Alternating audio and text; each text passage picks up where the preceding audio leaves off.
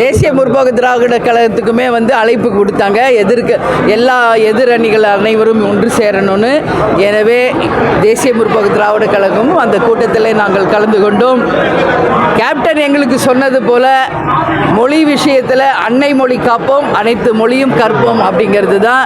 அதே மாதிரி தொகுதி சீரமைப்பு என்று வரும் பொழுது 40 தொகுதிகளுக்கு கம்மியாக தமிழ்நாட்டில் மத்திய அரசு கொண்டு வந்தால் தமிழக அரசுடன் இணைந்து நிச்சயமாக நாங்களும் மிகப்பெரிய ஆதரவை தெரிவிப்போம்.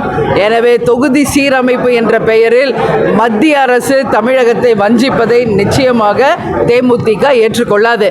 தமிழ் மொழியை பொறுத்த வரைக்கும் அன்னை மொழி காப்போம், அனைத்து மொழியும் கற்போம் என்று தான் கேப்டன் சொல்லியிருக்காரு. எனவே அதுதான் எங்களுடைய நிலைப்பாடு. ஆனால் தமிழகம் முழுவதும் தமிழ் மொழியை கட்டாயமாக்கப்பட வேண்டும் என்பதையும் இந்த நேரத்தில் நாங்கள் தெரிவிக்கிறோம்.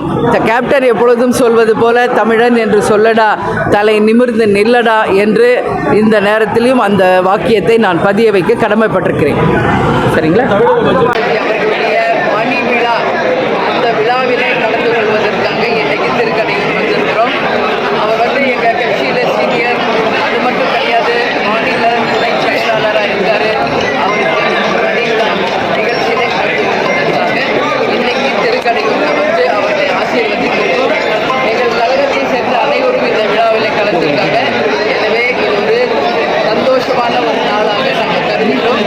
மணமக்களுக்கு மனப்பூர்வமான வாழ்த்துக்களை தேசிய முற்போக்கு திராவிட கழகத்தின் சார்பாக, கேப்டன் சார்பாக, எங்கள் கழகத்தின் சார்பாக மனமாற அவர்களை வாழ்த்துகிறேன். வேற ஏதாவது கேள்வி இருந்தால் கேளுங்க. சிஎம் எதிர்கட்சி மேடம், முதலமைச்சர் எதிர்கட்சி கூட்டம் கூட்டியிருக்காங்க. தொகுதி சீரமைப்பு பற்றி அதை பற்றி உங்கள் கருத்து என்ன? தேசிய முற்போக்கு திராவிட கழகத்துக்குமே அழைப்பு கொடுத்தாங்க. எல்லா எதிரணிகள் அனைவரும் ஒன்று சேரணும்னு. எனவே கேப்டன் சொன்னது போல மொழி விஷயத்தில் அன்னை மொழி காப்போம், அனைத்து மொழியும் காப்போம் அப்படிங்கிறது தான். அதே மாதிரி தொகுதி சீரமைப்பு 40 தொகுதிகளுக்கு கம்மியாக தமிழ்நாட்டில் மத்திய அரசு கொண்டு வந்தால் தமிழக அரசுடன் இணைந்து நிச்சயமாக நாங்களும் மிகப்பெரிய ஆதரவை தெரிவிப்போம். எனவே தொகுதி சீரமைப்பு என்ற பெயரில் மத்திய அரசு தமிழகத்தை வஞ்சிப்பதை நிச்சயமாக தேமுதிக ஏற்றுக்கொள்ளாது. தமிழ் மொழியை பொறுத்த வரைக்கும் அன்னை மொழி காப்போம், அனைத்து மொழியும் கற்போம் என்று தான் கேப்டன் சொல்லியிருக்காரு. எனவே அதுதான் எங்களுடைய நிலைப்பாடு. ஆனால் தமிழகம் முழுவதும் தமிழ் மொழியை கட்டாயமாக்கப்பட வேண்டும் என்பதையும் இந்த நேரத்தில் நாங்கள் தெரிவிக்கிறோம்.